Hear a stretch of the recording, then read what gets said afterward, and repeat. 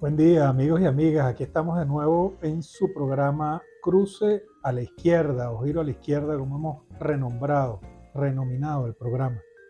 Hoy estamos Juan Barreto, Javier Viardó con Manuel Azuaje, filósofo y podríamos decir amigo intelectual de Enrique Dussel. Hizo una tesis llamada La fundamentación de la ética y la política en la filosofía de liberación de Enrique Dussel, y vamos a hablar sobre Enrique Dussel, que falleció recientemente y es muy importante para nosotros, para el pensamiento de izquierda, desde el sur global, reivindicar la obra de Dussel. Estudiar a Dussel cuando en la filosofía académica, en la profesión filosófica, generalmente este tipo de pensamiento ha sido marginalizado, ha sido colocado en el rincón de la filosofía, vamos a decir, oficial. Sí.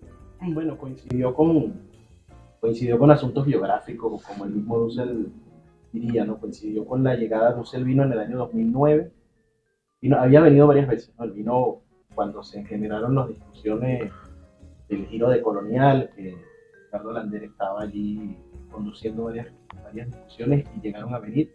Luego vino en el 2005, 2006 y en el 2009 yo estaba estudiando filosofía, llevaba 3 años estudiando filosofía y vine a dar un seminario sobre las 20 tesis de política.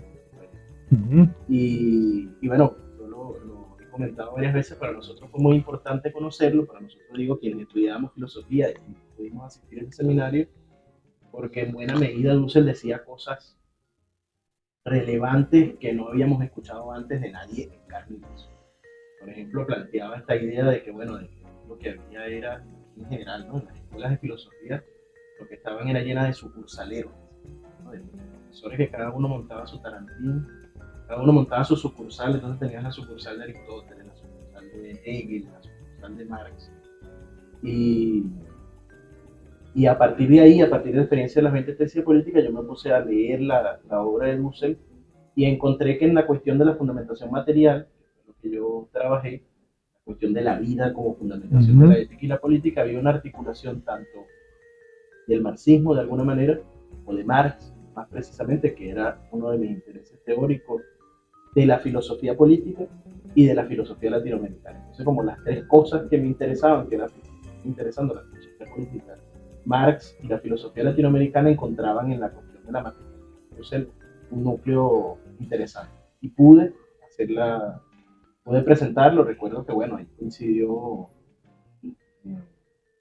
una de los jurados de tesis decidió no, renunció a ser jurado, hubo cambios por lo polémica que era la figura de Dussel todavía en ese momento. Acababa de recibir el premio Libertador del Pensamiento Crítico, un autor que estaba en la palestra del debate político y de la polarización en ese momento.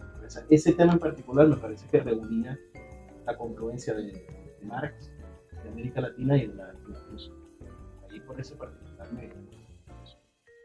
Fíjate, Manuel, cuando vino Dussel, creo que fue en el año, si no me equivoco, 2007, con este tema de la cuestión anticolonial y decolonial.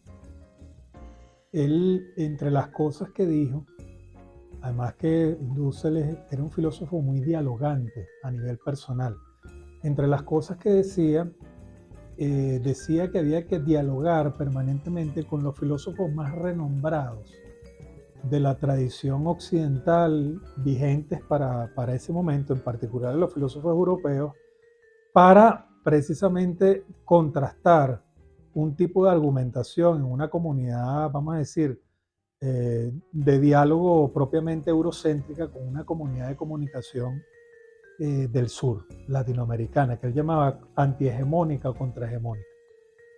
¿Tú crees que ha avanzado esta discusión en la universidad de pensar el tema de la facultad de la filosofía, pensarla desde Venezuela, desde América Latina, y no pensarla desde la tradición europea? No, o sea, básicamente no creo que se haya logrado avanzar mucho más. Dussel se peleó, él se logró ganar un nombre a pulso que le permitió tener el debate con Caro Tobapel. Recuerdo hace poco que leía a Néstor Cohen mencionar que, bueno, Caro Tobapel llega a Argentina a finales de los 90 y cuando llega dice, bueno, ¿dónde está Enrique Dussel? Porque me puso a leer no sé cuántas páginas de Marx y me puso a leer Enrique Dussel. ¿Dónde está Enrique Dussel? Y en la Universidad de Argentina, donde él llega, que lo reciben con bombos y platillos, nadie leía Enrique Dussel. Entonces se gana un lugar en un espacio de reconocimiento que todavía falta por generar interlocución. Es decir, nosotros tenemos tradiciones de pensamiento. Ahora mencionábamos cuando veníamos llegando a Briceño Guerrero y a otros, y el problema es que nosotros no leemos ni siquiera nuestros propios exégetas, por lo menos en el área de la filosofía. La gente no lee poco a Federico Riu, lee poco a... Hay como mucha conciencia de nuestras propias tradiciones internas. Por ahí falta una cantidad importante de recorrido para poder interpelar desde ahí, ¿no? Si tú vas a leer a Sartre, bueno, lee a Sartre a través de Riu. Si vas a leer a los autores occidentales, aquí hay unas buenas aproximaciones. Si te vas a aproximar al problema de la técnica, bueno, lee a Mayvallería. Mayvallería se preocupó por pensar durante décadas la cuestión de la técnica en fue discípulo de Heidegger, todas las charreteras de cualquier otro filósofo, y no lo leemos porque por deficiencias de sentimiento de inferioridad probablemente. Ahora, fíjate, Dussel de alguna manera replantea el mapa, redescubre al mundo y lo descentra, desplaza a Europa, le consigue un nuevo centro a todo el mundo de la cultura asiática, digámoslo, ¿no? De este modo, y se replantea el papel de Occidente. ¿Tú estás de acuerdo con eso? Se puede actuar y pensar así. Sí, se puede sí, construir de esa manera. Sí, yo creo que la tarea está pendiente todavía, ¿no? Pero esa idea de que América es el extremo oriente Sí. de Oriente, bueno, hay avances importantes en la influencia, no solo la llegada desde el Pacífico y toda la... Pero nos ubica como en un lugar de diálogo diferente. Yo creo, por ejemplo, que esa investigación que hace Dussel sobre la modernidad temprana, que ya ubica el inicio de la modernidad no en la Revolución Industrial, la Revolución Francesa y los procesos europeos, sino que ubica el origen de la modernidad en América, y entonces le da un lugar a América para el debate, permite que uno reconozca, por ejemplo, el impacto de la obra de Suárez, el impacto de una cantidad de filosofías que se estaban haciendo aquí, incluso españolas, porque el problema de Dussel, los españoles deberían ponerle velitas, porque Dussel, cuando hace esa reinterpretación de la modernidad temprana, ubica el sur de Europa en un lugar que el norte de Europa los excluyó. Sí, los niega. Mandó al sur de Europa, y él ubica el debate sobre la humanidad del indio como el primer debate moderno antes de Descartes. Y ese descentramiento permite hacer esas cosas, permite reubicar y poner en su justa medida una cantidad de autores que básicamente están fuera de la discusión. Yo creo que sí hay un esfuerzo importante Además es claramente politizado, es decir, no es una cosa no entiendo. Extremadamente académica, sino que tiene una intencionalidad política. Seguro algún historiador muy preciso dirá, bueno, hay una imprecisión, pero así como hay imprecisiones en Marx, hay imprecisiones en otros autores, el objetivo es político, y lo político está por encima de la rigurosidad de la precisión académica, que no quiere decir que no la tenga, pero ese no es el debate en todo caso.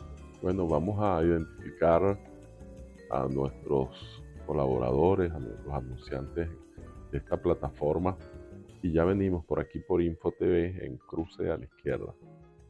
En infocifrastv.com seguimos creciendo en grandes audiencias. Infocifrastv.com, ¡vamos para arriba! Gracias a nuestros lectores y seguidores, crecimos, seguimos creciendo.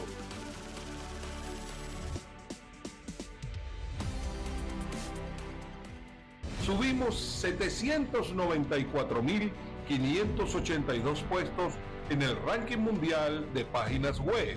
9.793 usuarios nos visitan diariamente. De 5 millones de páginas web en Venezuela, infocifrastv.com ocupa el puesto número 70.784 y la posición número 5.478.842 en el ranking mundial.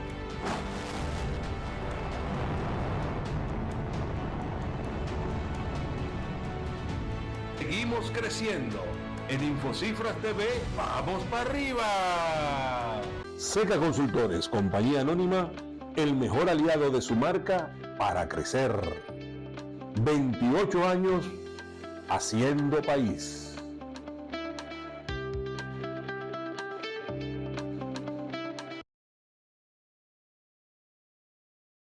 Yo lo vengo siguiendo desde los años 50 cuando él tenía su orquesta. Yo tengo discos, desde que sacó Dinner en Caracas.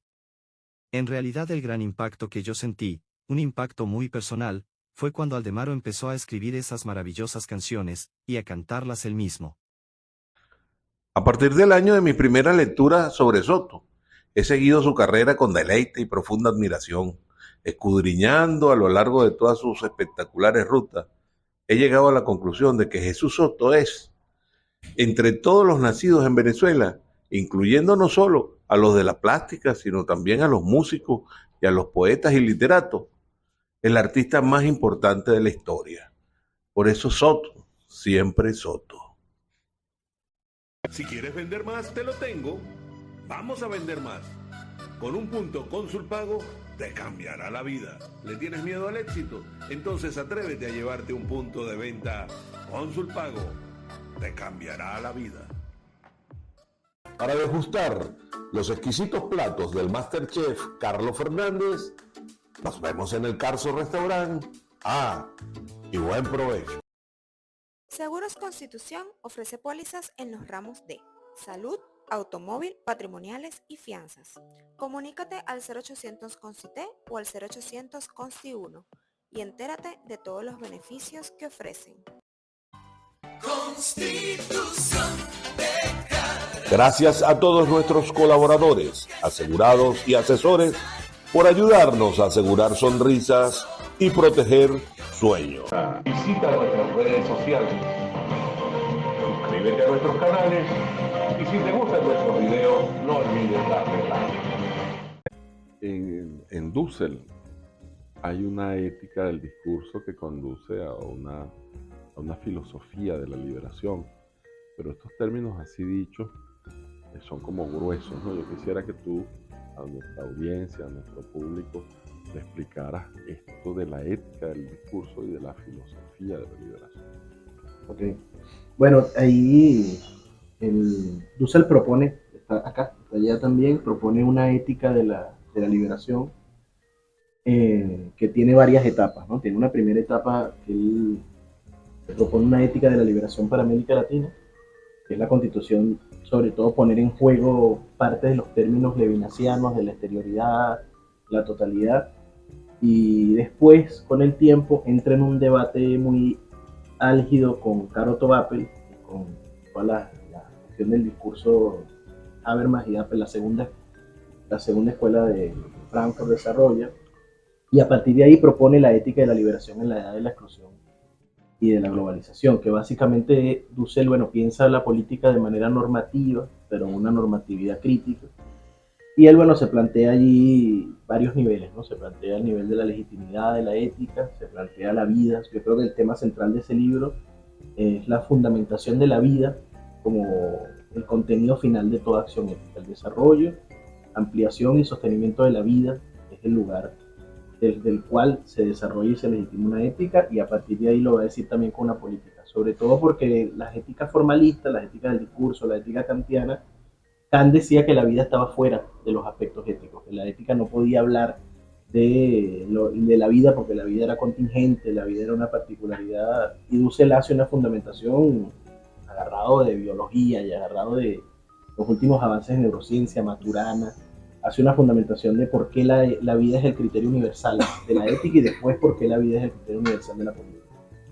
Y eso creo que es un aporte único para la filosofía, y es un aporte que todavía está por saberse más cosas, pero diría que lo central de la ética y la liberación es esa idea de vida y la idea arquitectónica del pensamiento que tiene esos niveles, el lugar de la legitimidad, el lugar de la fundamentación formal. Dussel no solamente a esa filosofía de la historia eurocéntrica que dividió las etapas, los periodos, tú que también das clases de filosofía de la historia, del mundo antiguo, el mundo moderno, donde se incluye este tema de la conquista de América Latina y cómo modifica completamente la perspectiva de la filosofía de la historia eurocéntrica, ese evento, ese hecho. ¿Qué lecciones podemos extraer ya? De hecho, Dussel habla que el ego conquistador es previo al ego cartesiano. ¿Cómo es esa relación entre voluntad de poder y voluntad de conocer en Dussel? Sí.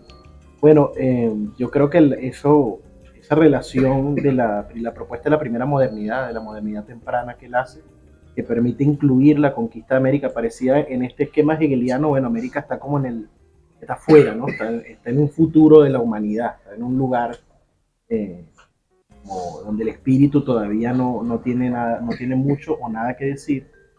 Y cuando Dussel propone, por un lado hace dos propuestas. Por un lado hace la propuesta de que América es el extremo oriente de Oriente, en el sentido de toda la relación que hay con los viajes polinésicos y el poblamiento de lo que sería la costa pacífica de América.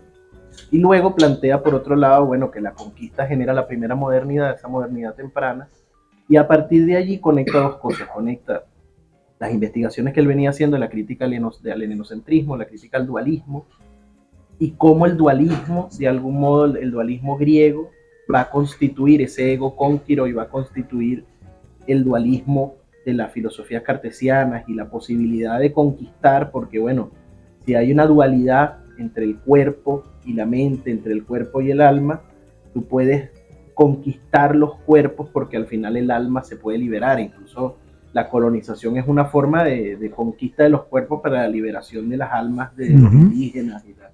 Entonces esa crítica permite, en esta idea de conocimiento y poder, bueno, permite postular una recomposición del dualismo, una crítica al dualismo desde la unidad de la corporalidad, que, bueno, es como una propuesta contrahegemónica, ¿no? Desde la exterioridad de la teoría occidental, dirías, bueno, lo que hay es que recomponer o reconstituir un concepto de corporalidad como unidad del ser humano viviente que pueda hacer frente a esa dualidad, y esa corporalidad, bueno, la encuentra en los pueblos semitas y la desarrolla en otras partes, pero por ahí hay esa extrema conexión entre el dualismo como visión del conocimiento y ontología y la posibilidad de conquistar al otro, porque al final no hay una integridad ética en el cuerpo del otro. El cuerpo del otro es una cárcel del alma y al final de cuentas, el cuerpo puede ser irrespetado y puede ser destruido porque el alma es lo que trasciende. Y al hacer esa conexión, bueno, da los pasos en la constitución de una ética y de una visión del poder que es otra. Fíjate, hablando un poco de un término que acabas de utilizar, semita. Sabes que no es casual que tengamos un poco acá una reivindicación simbólica de la lucha del pueblo palestino en este momento. Hay gente que no sabe que el pueblo palestino es semita también. Entonces se utiliza el término antisemita como si fuese solamente anti-israelí o anti-judío, ¿no? Dussel trabaja muchísimo la historia del pensamiento semita. ¿Qué nos puedes decir un poco, sobre todo para el público, para que conozca que una cosa es el pensamiento griego y otra cosa es el pensamiento semita, y por qué para Dussel fue importante esta consideración? Sí. Pues, pero puedo decir una estupidez de la cual me puedo arrepentir inmediatamente. Semitas no son unos pancitos dulces. Esos son asemitas. Perdón. Bueno, la cuestión ahí es que cuando él hace esta conexión entre el eurocentrismo y el helenocentrismo, que yo he planteado en varios lugares, es un aporte original que hace Dussel al debate de la filosofía latinoamericana. Él encuentra que, bueno, para revisar de manera crítica los postulados griegos hay que anteponer una civilización que tenga un rango similar, y encuentra en los pueblos semitas una propuesta contraria, digamos, a ese dualismo, ¿no? Y se va a hacer en el texto el humanismo semita, que es paralelo al humanismo helénico, que son dos libros de Dussel de los años 70, por ahí.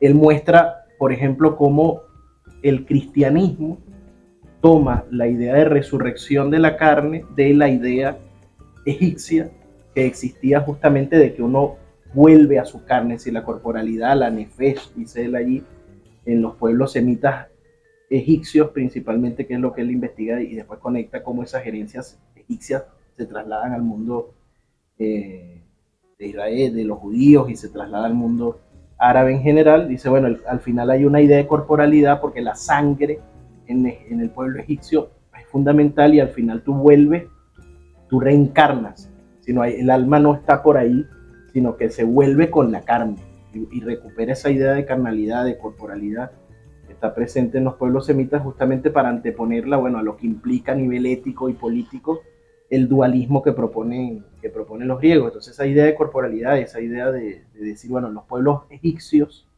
que son los grandes padres de la cultura semita, tanto árabe como judía, tienen una visión del cuerpo, principalmente, tienen una visión de ese cuerpo que les implica a su vez una política, una ética y una cultura donde no se trabaja con esas dualidades que constituyen como el eje central occidental, sino que se trabaja con una importancia de la unidad, y de la unidad de la carne, y de la unidad, y bueno, nosotros tenemos esas referencias cristianas de la reencarnación, etcétera, y él las jala hacia atrás y las muestra como en la cultura egipcia principalmente, pues está también esa primera fundamentación de volver sobre la carne completa, no sé, reencarnar como una totalidad, como una corporalidad. Bueno, Manuel, mira, vamos a hacer un breve corte, vamos a los anunciantes y volvemos a un nuevo segmento aquí con Juan Barreto, Javier Viardó y Manuel Azuaje, hablando sobre Enrique Dussel. En infocifrastv.com seguimos creciendo en grandes audiencias. Infocifrastv.com, ¡vamos para arriba! Gracias a nuestros lectores y seguidores, crecimos, seguimos creciendo.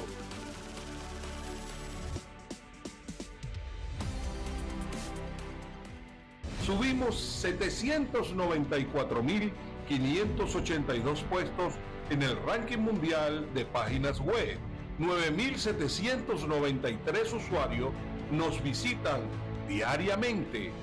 De 5 millones de páginas web en Venezuela, infocifrastv.com ocupa el puesto número 70.784 y la posición número 5.478.842 en el ranking mundial.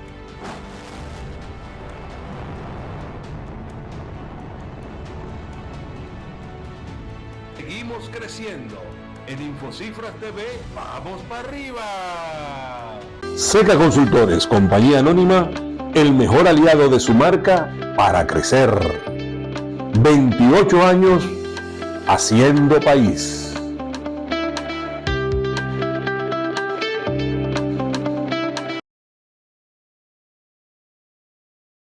Yo lo vengo siguiendo desde los años 50 cuando él tenía su orquesta. Yo tengo discos, desde que sacó Dinner en Caracas. En realidad el gran impacto que yo sentí, un impacto muy personal, fue cuando Aldemaro empezó a escribir esas maravillosas canciones, y a cantarlas él mismo. A partir del año de mi primera lectura sobre Soto, he seguido su carrera con deleite y profunda admiración. Escudriñando a lo largo de todas sus espectaculares rutas, he llegado a la conclusión de que Jesús Soto es, entre todos los nacidos en Venezuela, incluyendo no solo a los de la plástica, sino también a los músicos y a los poetas y literatos, el artista más importante de la historia. Por eso Soto, siempre Soto. Si quieres vender más, te lo tengo. Vamos a vender más. Con un punto Cónsul Pago te cambiará la vida. ¿Le tienes miedo al éxito? Entonces atrévete a llevarte un punto de venta Cónsul Pago. Te cambiará la vida. Para degustar los exquisitos platos del Masterchef Carlos Fernández, nos vemos en el Carso Restaurant. Y buen provecho. Seguros Constitución ofrece pólizas en los ramos de salud, automóvil, patrimoniales y fianzas. Comunícate al 0800 CONCITE o al 0800 CONSTI 1 y entérate de todos los beneficios que ofrecen. Constitución de Caracas. Gracias a todos nuestros colaboradores, asegurados y asesores por ayudarnos a asegurar sonrisas y proteger sueños. Visita nuestras redes sociales, suscríbete a nuestros canales y si te gustan nuestros videos, no olvides darle like. Tú decías, Manuel, que Dussel replantea el papel del cuerpo, la carnalidad y el sentido de la ética. También dice Dussel que la filosofía comienza en Egipto. y habla muy bien del libro de los muertos, ¿no? Y cómo ahí en el libro de los muertos yo no he matado, yo no he robado, ¿no? Se pone, la gente se muere, llega al juicio, ¿no? Donde el Horus es el que está ahí, le pregunta al que ha muerto, al que ha morido, le pregunta, bueno, mira, ¿qué has hecho tú en la vida? ¿Cómo fue la vaina? ¿No? Entonces tienes que rendir cuenta. Y entonces dice, bueno, yo no he matado, yo no he robado, yo no he deseado a la mujer de mi prójimo, etcétera. Y entonces, bueno, te ponen una balanza y dependiendo del peso de tu Bolitas negras y bolitas blancas. negras y tu bolitas blancas, qué bolitas tienes tú, entonces, bueno, pasas o no pasas, ¿no? Eso es el fundamento de la ética cristiana luego, y va a ser el fundamento de toda la ética occidental. Incluso va a pasar intacto a Hegel, a Kant, a todos estos pensadores.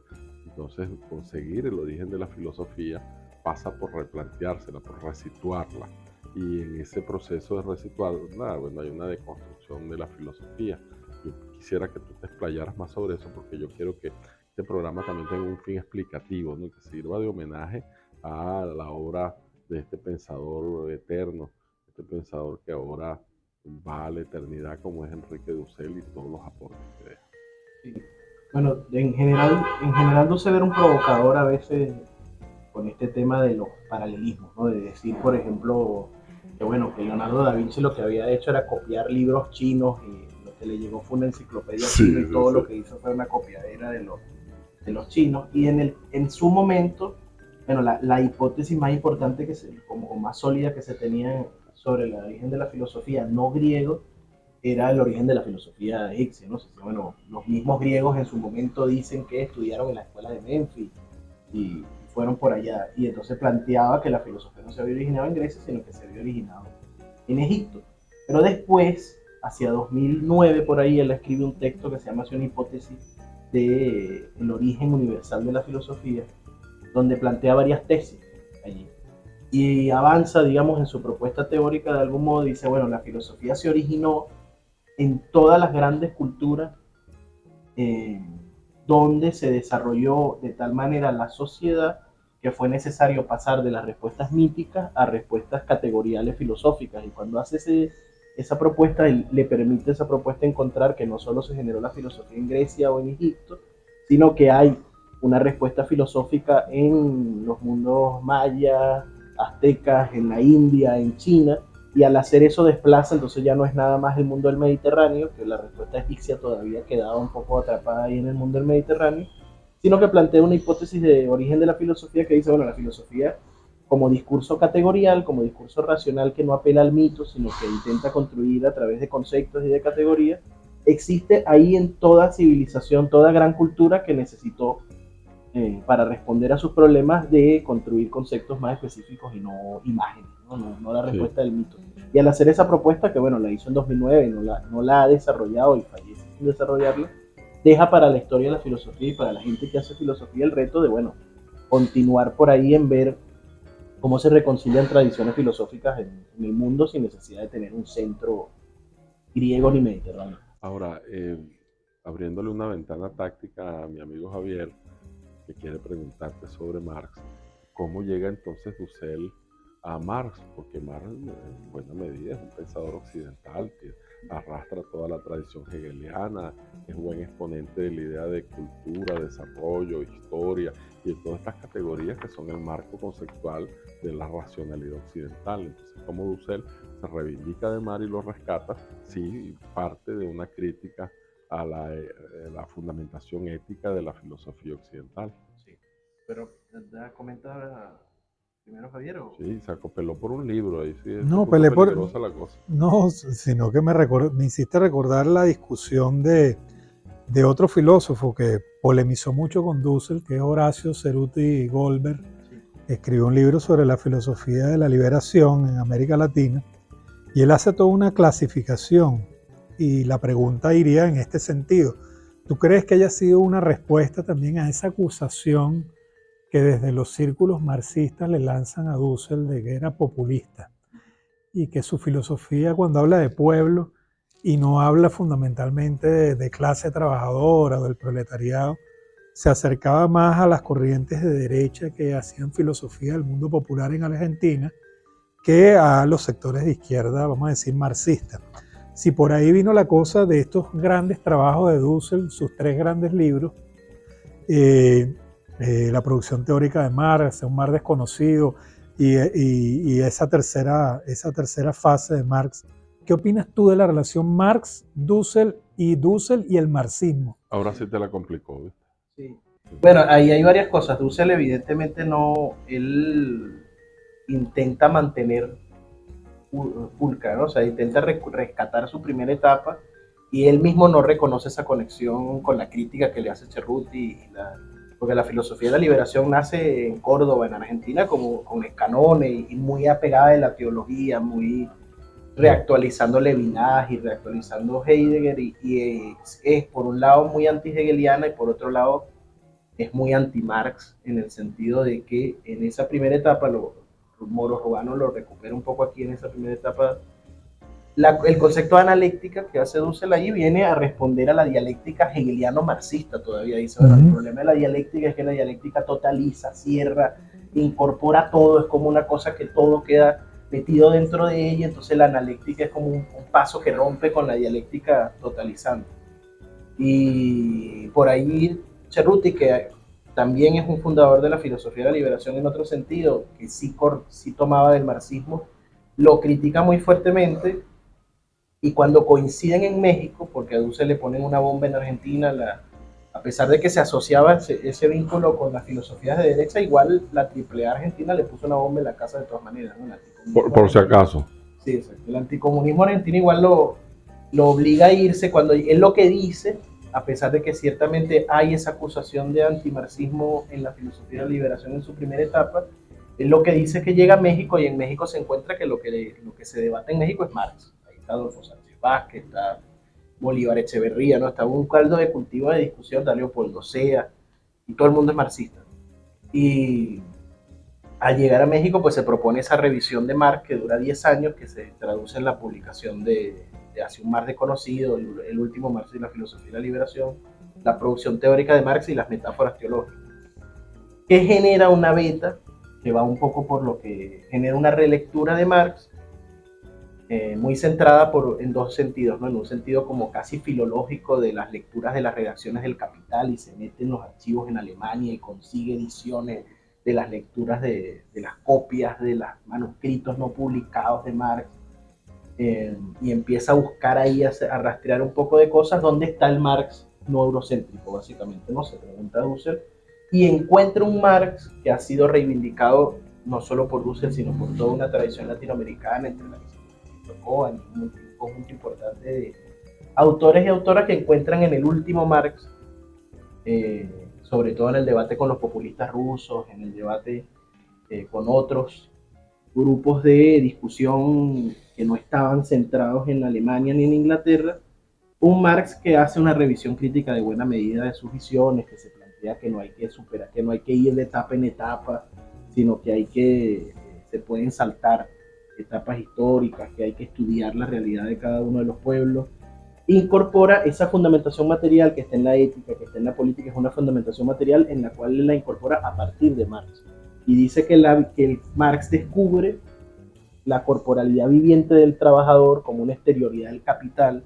Dice, bueno, el trabajador está fuera, el trabajo vivo en Marx, que además también es un semita, también es un autor que bebe de las culturas, de las tradiciones semitas, y dice, bueno, en Marx hay una corporalidad viviente, el trabajador se entrega al capital casi completo como una corporalidad viviente y el capital incorpora, subsume todo su trabajo vivo. Entonces tú puedes construir en esa lectura una ética desde Marx del trabajo vivo, una ética donde el trabajo vivo se salva de ser inmolado y sacrificado en el capital y puede mantenerse como exterioridad.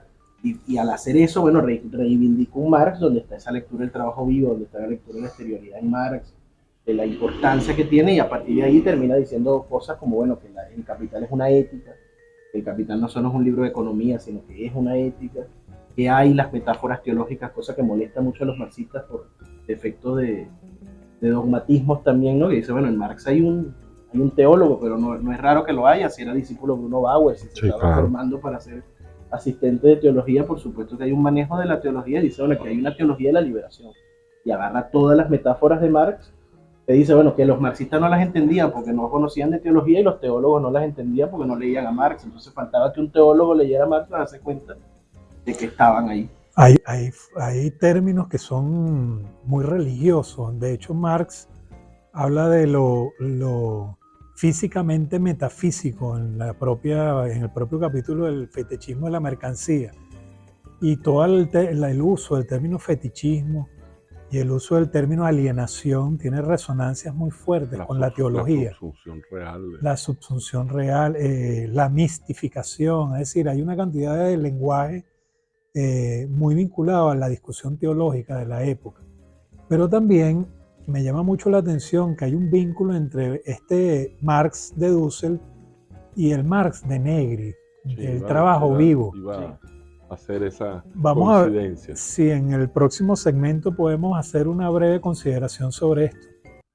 En infocifrastv.com seguimos creciendo en grandes audiencias. Infocifrastv.com, ¡vamos para arriba! Gracias a nuestros lectores y seguidores, crecimos, seguimos creciendo.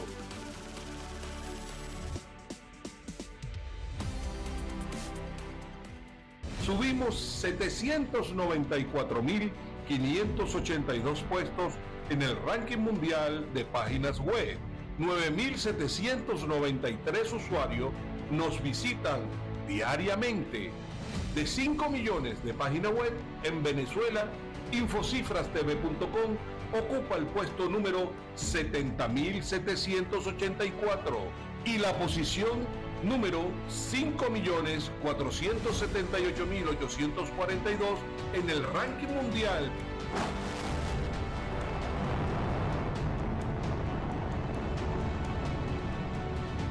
Seguimos creciendo. En Infocifras TV, ¡vamos para arriba! Seca Consultores, compañía anónima, el mejor aliado de su marca para crecer.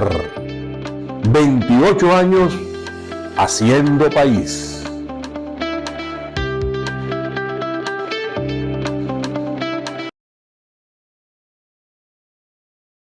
Yo lo vengo siguiendo desde los años 50 cuando él tenía su orquesta.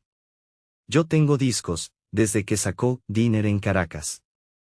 En realidad el gran impacto que yo sentí, un impacto muy personal, fue cuando Aldemaro empezó a escribir esas maravillosas canciones, y a cantarlas él mismo. A partir del año de mi primera lectura sobre Soto, he seguido su carrera con deleite y profunda admiración. Escudriñando a lo largo de todas sus espectaculares rutas, he llegado a la conclusión de que Jesús Soto es, entre todos los nacidos en Venezuela, incluyendo no solo a los de la plástica, sino también a los músicos y a los poetas y literatos, el artista más importante de la historia. Por eso Soto, siempre Soto. Si quieres vender más, te lo tengo. Vamos a vender más. Con un punto Consulpago te cambiará la vida. ¿Le tienes miedo al éxito? Entonces atrévete a llevarte un punto de venta Consulpago. Te cambiará la vida. Para degustar los exquisitos platos del MasterChef Carlos Fernández, nos vemos en el Carso Restaurant. Y buen provecho. Seguros Constitución ofrece pólizas en los ramos de salud, automóvil, patrimoniales y fianzas. Comunícate al 0800 CONCITE o al 0800 CONSTI 1 y entérate de todos los beneficios que ofrecen. Constitución de Caracas. Gracias a todos nuestros colaboradores, asegurados y asesores por ayudarnos a asegurar sonrisas y proteger sueños. Visita nuestras redes sociales, suscríbete a nuestros canales y si te gustan nuestros videos, no olvides darle like. Estamos aquí conversando sobre el ser, el espíritu. Y en Negri, decía Javier, leyéndome la mente, haciendo superposición cuántica. En Negri también hay unas ideas similares, ¿no?, que van en la reflexión de la corporeidad del trabajo. Y Negri estira esta idea hasta la idea misma del trabajo inmaterial, la producción inmaterial, y rescata una idea de Marx que es el general intelecto, el general intellect. Esto que encuentra Negri en Marx, también uno podría decir que tiene un filón teológico. Negri, como tú sabes, es italiano, y todo italiano lleva un cura por dentro, ¿no? Fue bendecido por el Papa. Entonces Negri coincide de alguna manera con Dussel en esta propuesta. Tú que has leído de todo, ¿qué puedes decir de esto? Sí, es probable que haya, bueno, hay una coincidencia de época también, es decir, así como están ahora pensando la teología, hay una coincidencia de preocupaciones de época que reivindica este Marx, surge a partir del finales de los 80, ¿no? O sea, se vuelve a Marx buscando qué no se había dicho sobre Marx, se encuentra la idea de trabajo vivo y de corporalidad con esa potencia. Creo que, no sé si uno ya no tenemos la oportunidad de preguntarle a Dussel si habrán coincidido en algún momento en lecturas o si tenga la... Yo sé que él citaba mucho como un libro que llegaba a reivindicar al Commonwealth, el último Hardy Negri de esa tríada, y le parecía que había cosas interesantes allí de esa propuesta que estaban haciendo ambos. Pero seguro que tiene que ver con esa coincidencia de época, de búsquedas que se están dando en paralelo como ahora. Todo el mundo está escribiendo sobre los textos de San Pablo, ¿no? Agamben escribe sobre San Pablo, Alain Badiou escribe sobre San Pablo, Hinkelhammer tiene un texto sobre San Pablo, Dussel sobre San Pablo. Están buscando como ese cristianismo. Y se armó la San Paulera. Se armó la San Paulera con el cristianismo originario y con la idea de cuál es ese cristianismo primitivo. Y hay esas coincidencias, seguramente coincidencias de búsquedas de época. Yo no estoy tan permeado con las lecturas de Negri, pero me imagino que tiene que haber, que no se había dicho. Sí. Javier, ¿qué tienes tú en ese cuaderno, en esa letrica tan chiquitica tuya? Que tú... No, aquí tengo habla del carácter minucioso. No, unas anotaciones de la centralidad de los Grundrisse, tanto en Dussel como en Negri. Y es interesante, Juan, porque muchas... Explica qué es los Grundrisse. Los Grundrisse, bueno, son los borradores llamados borradores. La cara que puso Gulfredo cuando tú dijiste Grundrisse. Grundrisse debe ser un apellido maracucho, dijo él. Son los borradores en términos literales traducidos del Capital.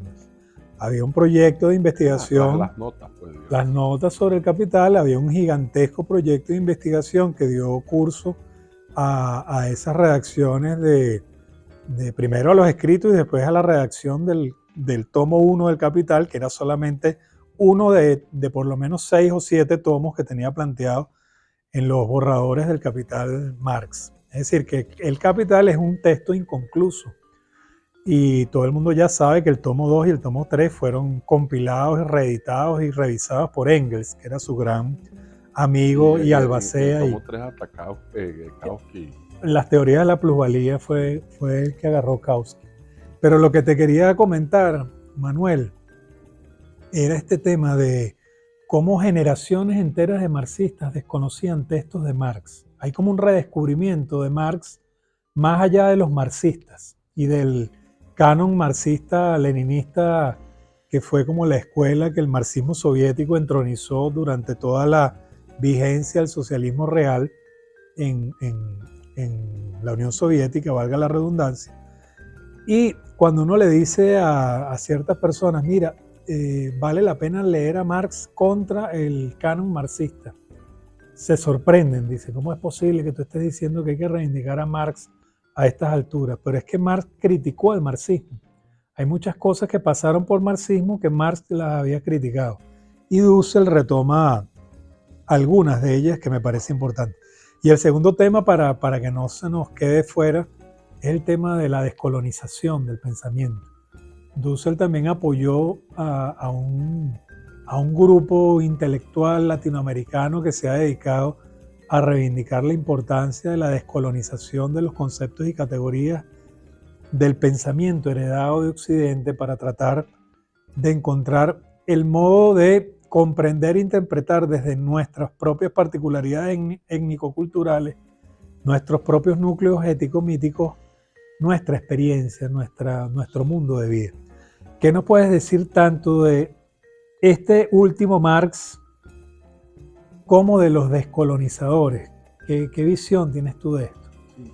Bueno, ahí hay esa escuela que genera Dussel de lecturas de las redacciones del Capital, que la continúa Juan José Bautista, la continúa Katia Colmenares. Juan José Bautista falleció también, lamentablemente, mucho más joven que Dussel, pero él inaugura esa idea de, bueno, no la inaugura necesariamente, pero digamos, esta escuela de ir a revisar a fondo eh, las distintas redacciones, intentando encontrar en las distintas redacciones algunos elementos no precisados con anterioridad.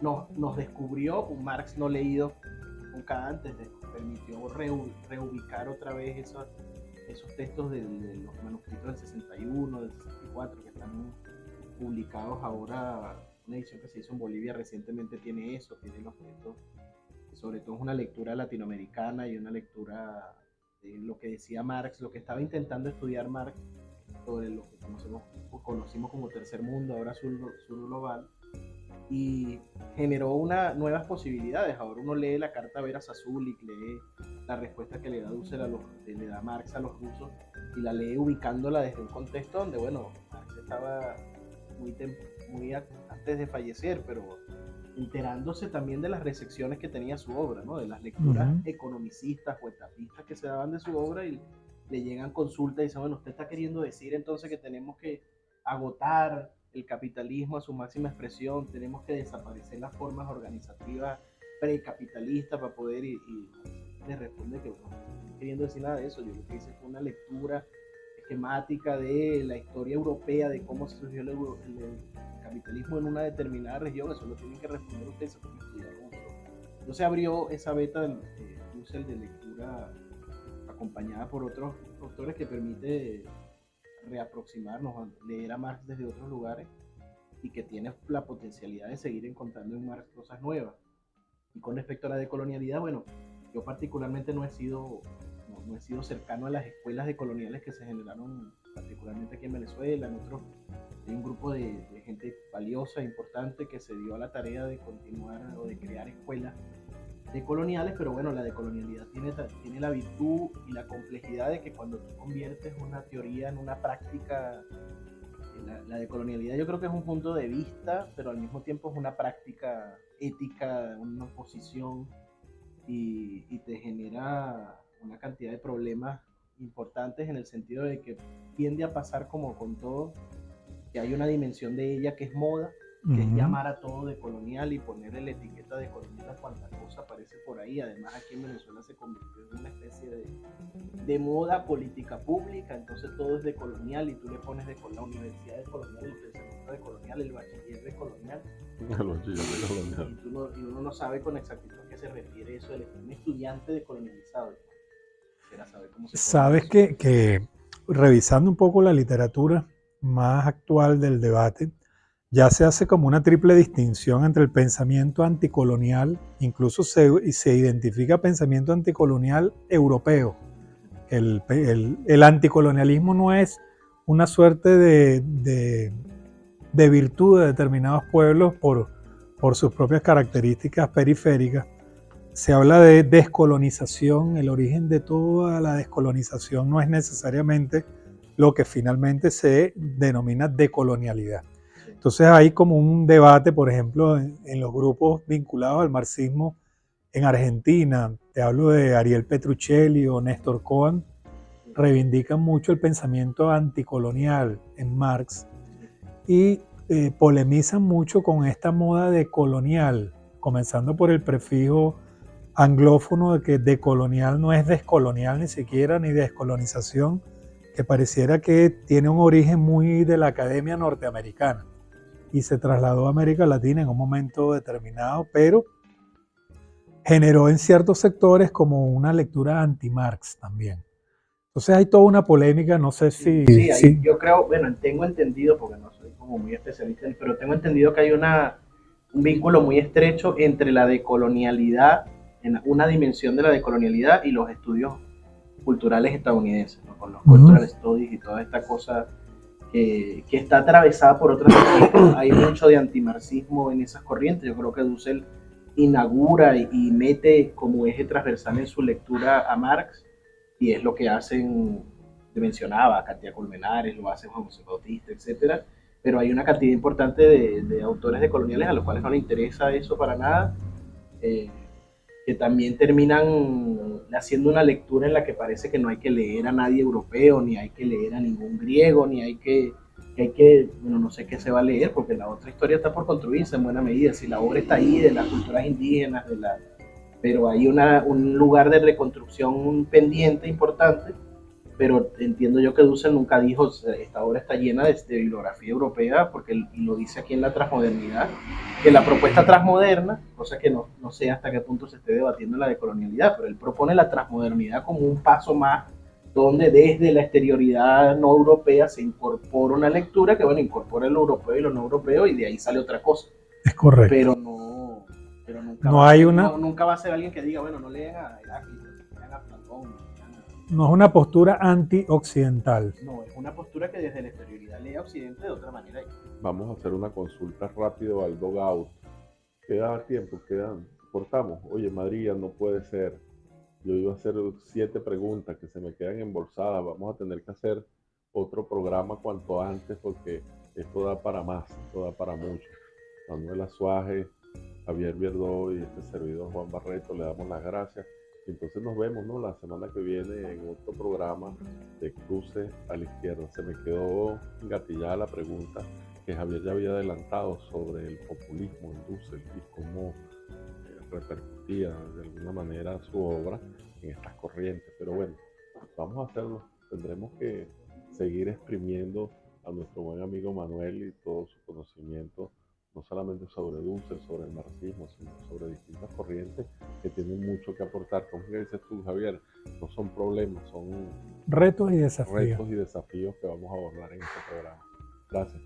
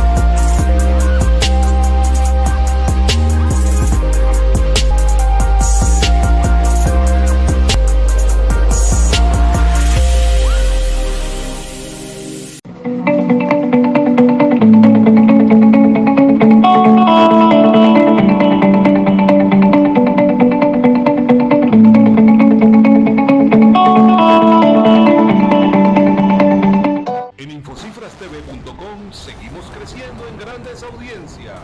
Infocifrastv.com. ¡Vamos para arriba! Gracias a nuestros lectores y seguidores, crecimos. Seguimos creciendo.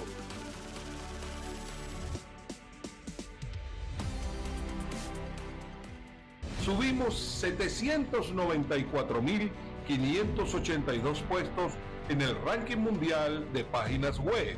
9.793 usuarios nos visitan diariamente. De 5 millones de páginas web en Venezuela, Infocifrastv.com ocupa el puesto número 70.784 y la posición número 5.478.842 en el ranking mundial.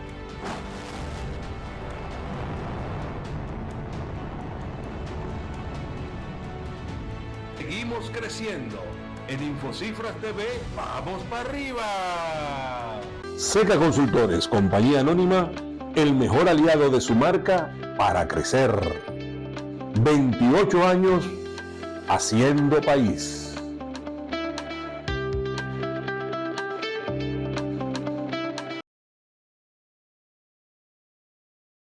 Yo lo vengo siguiendo desde los años 50 cuando él tenía su orquesta. Yo tengo discos, desde que sacó Dinner en Caracas. En realidad el gran impacto que yo sentí, un impacto muy personal, fue cuando Aldemaro empezó a escribir esas maravillosas canciones, y a cantarlas él mismo. A partir del año de mi primera lectura sobre Soto, he seguido su carrera con deleite y profunda admiración. Escudriñando a lo largo de todas sus espectaculares rutas, he llegado a la conclusión de que Jesús Soto es, entre todos los nacidos en Venezuela, incluyendo no solo a los de la plástica, sino también a los músicos y a los poetas y literatos, el artista más importante de la historia. Por eso Soto, siempre Soto. Si quieres vender más, te lo tengo. Vamos a vender más. Con un punto cónsul pago te cambiará la vida. ¿Le tienes miedo al éxito? Entonces atrévete a llevarte un punto de venta cónsul pago. Te cambiará la vida. Para degustar los exquisitos platos del MasterChef Carlos Fernández, nos vemos en el Carso Restaurant. Y buen provecho. Seguros Constitución ofrece pólizas en los ramos de salud, automóvil, patrimoniales y fianzas. Comunícate al 0800 CONCITE o al 0800 CONCI1 y entérate de todos los beneficios que ofrecen. Constitución de Caracas. Gracias a todos nuestros colaboradores, asegurados y asesores por ayudarnos a asegurar sonrisas y proteger sueños. Visita nuestras redes sociales, suscríbete a nuestros canales y si te gustan nuestros videos no olvides darle like.